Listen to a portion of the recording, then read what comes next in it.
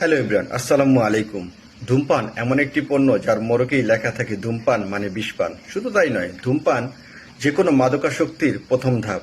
আপনি হয়তোবা শুধু ধূমপানের মাধ্যমেই নিজেকে সীমাবদ্ধ রাখছেন, কিন্তু আপনার দেখা দেখি আপনার ভবিষ্যৎ সন্তানটি যুবক কিংবা কিশোর বয়সে ধূমপান থেকে শুরু করে বিভিন্ন নেশায় আসক্ত হয়ে তার জীবনকে ঠেলে দিচ্ছে এক বিপর্যয়ের দিকে।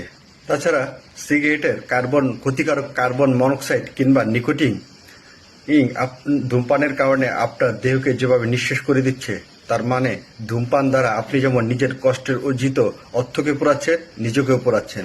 শুধু তাই নয়, একবার আপনার বিবেক দিয়ে নিজেকে প্রশ্ন করে দেখুন তো, কিংবা একবার কি কখনো ভেবে দেখেছেন সারা বাংলাদেশে মোট জনসংখ্যার ৩ কোটি মানুষ যদি ধূমপান করে থাকে এবং একটি ধূমপানকারী যদি প্রতিদিন ৩টি সিগারেটও সর্বনিম্ন ধূমপান করে থাকে, তার মানে বাংলাদেশে প্রতিদিন ৯ কোটি সিগারেট পুড়ছে। তার মানে এই ৯ কোটি সিগারেটের কার্বন মনোক্সাইড ও নিকোটিন বায়ুতে মিশ্রিত হয়ে মানুষের জীবনকে কিংবা বায়ুকে যে পরিমাণের বিষাক্ত কিংবা দূষিত করছে, তাতে মানুষের জীবন কি পরিমাণের বিপর্যয়ের দিকে ধীরে ধীরে চলে যাচ্ছে। তাই একজন শিক্ষিত মানুষ হয়ে নিজের বিবেককে এখনই জাগ্রত করুন। আসুন আমরা ভবিষ্যৎ প্রজন্ম, সমাজ এবং দেশকে বাঁচাতে সবাই ধূমপানকে এখনই পরিহার করি। সবাই ভালো থাকবেন। আল্লাহ হাফেজ।